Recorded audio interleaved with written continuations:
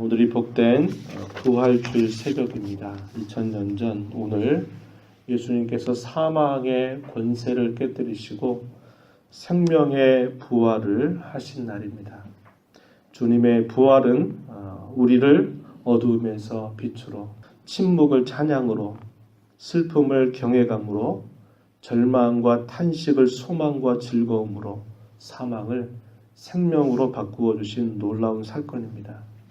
이러한 일을 행하시는데 사흘이라고 하는 시간은 아주 짧은 시간이다라는 것을 우리는 기억하면서 주님의 부활을 통하여 우리의 참된 구원이 이루어진 그 사실들을 우리가 기뻐하면서 감사하며 찬양드리는 저와 여러분이 되어야 할 것입니다.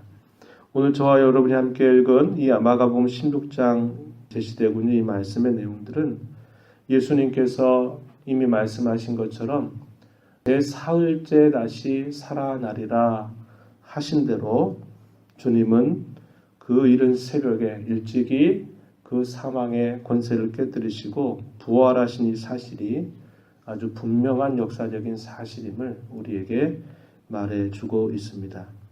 그럼에도 불구하고 이러한 목격자들의 증언을 받는 제자들의 경우는 그 말을 듣고도 믿지 못하는 그러한 모습이 오늘 본문 속에 표현되고 있습니다. 그들의 믿음이 없음, 그리고 그들의 마음의 완악함을 주님께서 친히 나타나셔서 책망하시면서 살아계심을 이 제자들에게 보여주시고 이 제자들로 하여금 이 부활의 증언자로 이제 온 천하에 나가서 이 복음을 전할 것을 명령하시는 내용이 이 마가복음 16장에 표현되고 있음을 우리가 확인합니다. 오늘 본문의 말씀의 내용들을 살펴보면 예수님을 곁에서 사랑하였던 이 여인들 3명이 본문 속에 표현됩니다.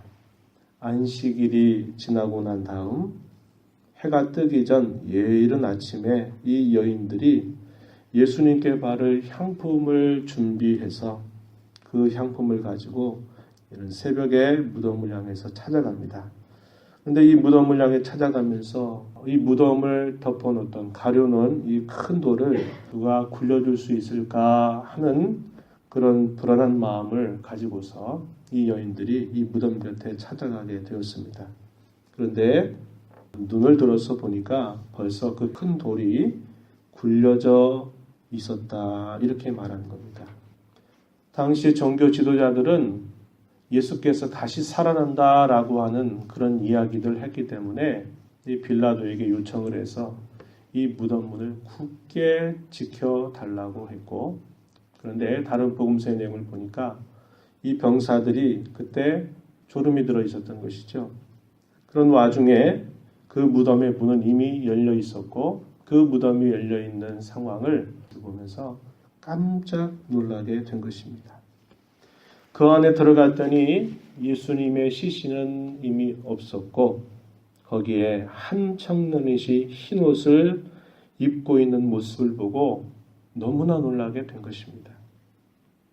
그 청년이 말하는 것이죠. 6절에 보니까 놀라지 말라 너희가 십자가에 못 박히신 나사렛 예수를 찾는구나. 그가 살아나셨고 여기 계시지 아니하니라. 보라 그를 두었던 곳이니라. 이 여인들은 예수님이 부활했다라고 하는 생각보다는 아마도 왜 예수님의 이 시신이 없고 왜 이 사람이 여기 있는가 하는 것 때문에 참으로 놀라웠을 것입니다. 그런데 이 청년이 누구냐 하니까 천사입니다. 천사가 이 청년의 모습으로 나타나서 그 여인들에게 말하는 겁니다. 그가 살아나셨고 여기 계시지 아니하니라. 보라 그를 두었던 곳이다. 이렇게 이야기하면서 이 여인들에게 당부합니다. 그 당부한 내용이 뭐냐면 너희는 가서 그의 제자들과 베드로에게 이렇게 말해라. 7절에 예수께서 너희보다 먼저 갈릴리로 가시나니 전에 너희에게 말씀하신 대로 너희가 거기서 배우리라 하라. 이렇게 전하라 당부하는 겁니다. 예수님께서 이 말씀을 어디서 하시냐면 우리 앞으로 잠시 가볼까요? 14장 27절, 28절 말씀에 보면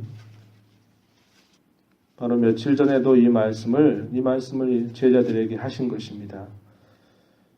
14장 17절 이하에 보면 예수께서 제자들에게 이르시되 너희가 다 나를 버리리라. 이는 기록된 바 내가 목자를 치리니 양들이 흩어지리라 하였음이니라. 그러나 내가 살아난 후에 너희보다 먼저 갈릴리로 가리라.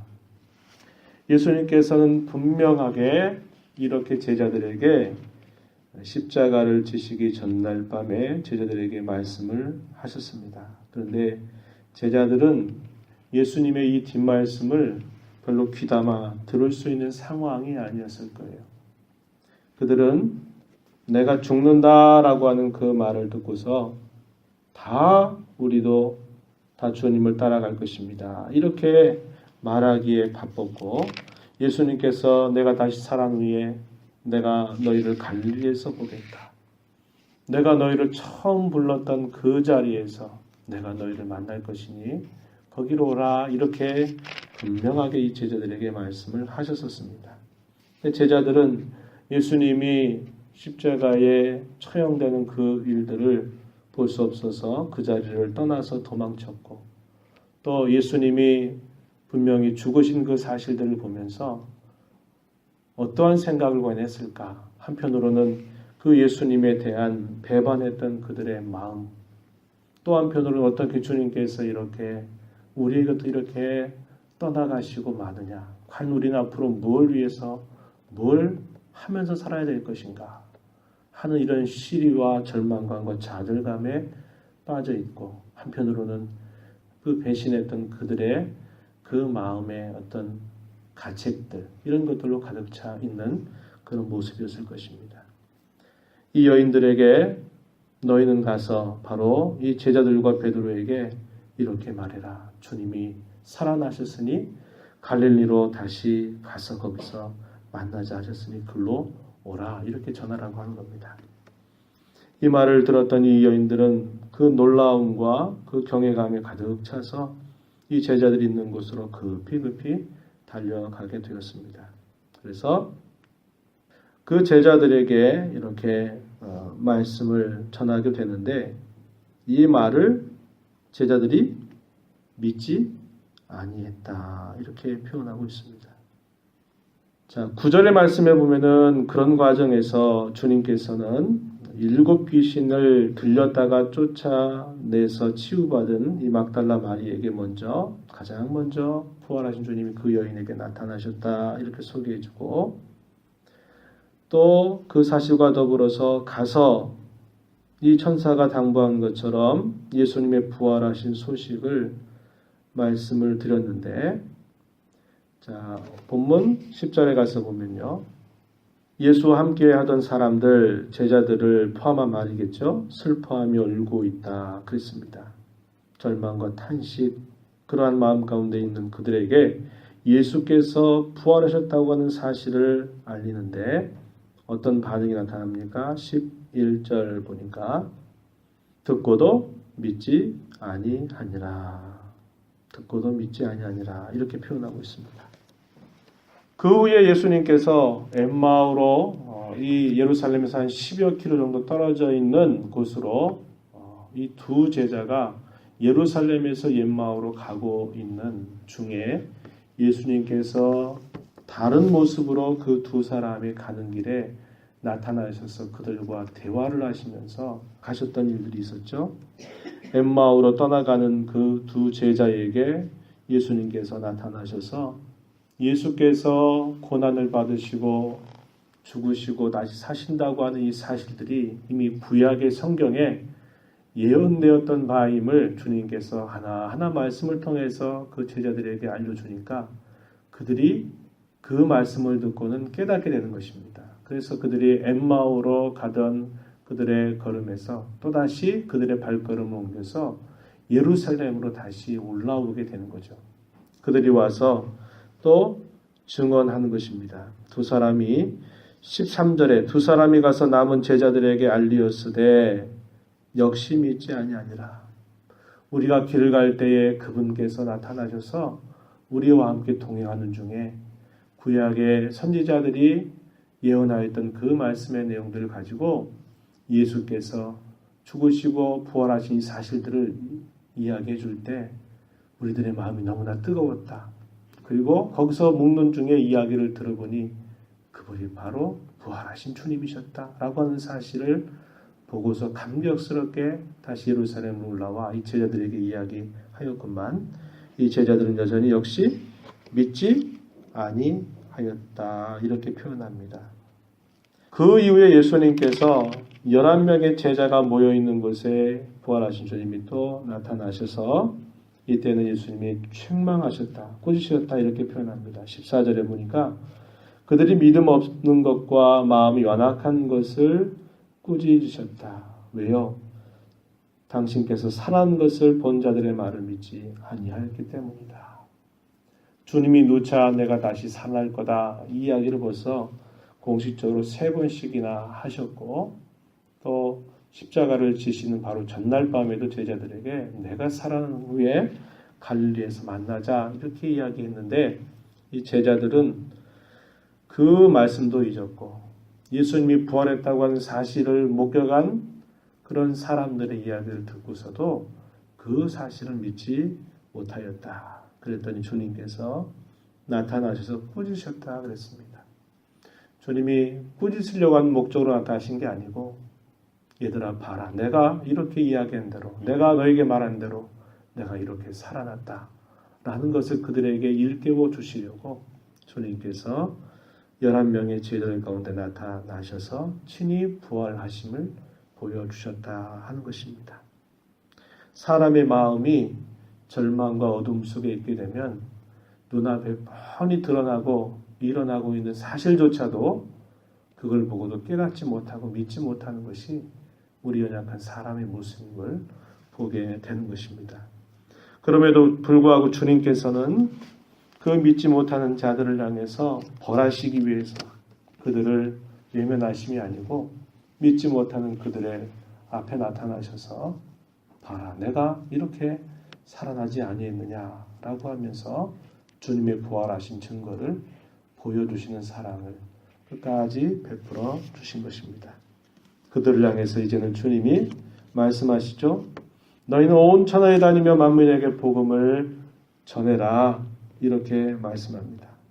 너희가 하는 말에 따라서 너희 말을 듣는 사람은 구원을 받을 것이고 너희의 말을 믿지 않는 사람은 그것으로 인하여 정죄를 받을 것이다.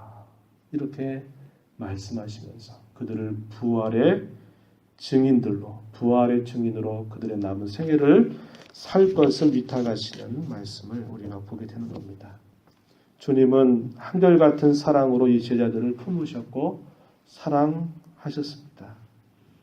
이렇게 오랜 시간이 지난 저와 여러분에게도 주님은 이러한 사랑을 베풀어 주셔서 우리가 예수님이 부활하신 사실을 눈으로 본 적 없고 우리가 확인한 것 없지만 너무나 분명한 사실로 이 사실이 우리 안에 믿어진다고 하는 것은 주님이 저와 여러분을 얼마나 사랑하시느냐 하는 것에 대한 강력한 증거가 되는 것입니다. 이 귀한 사랑을 거저받은 자들로 남은 생애 동안 우리 주님의 부활하심을 힘써 전하는 저와 여러분 또 주님의 교회가 되기를 진심으로 바랍니다. 하나님 아버지 감사드립니다. 저희들을 어둠에서 빛으로 사망에서 생명으로 슬픔과 절망을 기쁨과 소망으로 바꾸어 주시기 위하여 이 땅에 부활하신 우리 주님을 찬양하고 높이 기립니다. 하나님께서 저희들을 사랑하셔서 저희들의 눈과 또 저희들의 마음과 저희들의 길을 열어주셔서 주님의 이 부활하신 이 사실들을 저희들이 확고하게 믿을 수 있도록 은혜를 주시고 찾아와 주시고 저희들에게 은혜를 허락하신 것을 참으로 감사합니다. 부활로 말미암아 우리에게 이루실 참된 부활을 언제나 소망하며 부활의 생명을 가진 자로 주의 부활을 전하며 살아가는 저희들의 남은 생애가 되게 하시고 주님의 교회가 되도록 인도하여 주시옵소서. 오늘 복된 주일을 맞이하여 하나님 아버지 모든 주의 사랑하시는 모든 권속들이 다 한자리에 모여서 부활의 기쁨을 노래하고 감사하며 찬양하는 귀한 시간이 되도록 온종일 주님께서 함께 하시고 인도하여 주시옵소서. 은혜의 보호자 앞에 나와서 이 시간도 간구하는 모든 신령들에게 풍성한 은혜를 더하여 주시옵소서. 예수님의 귀하신 이름으로 기도하옵나이다. 아멘.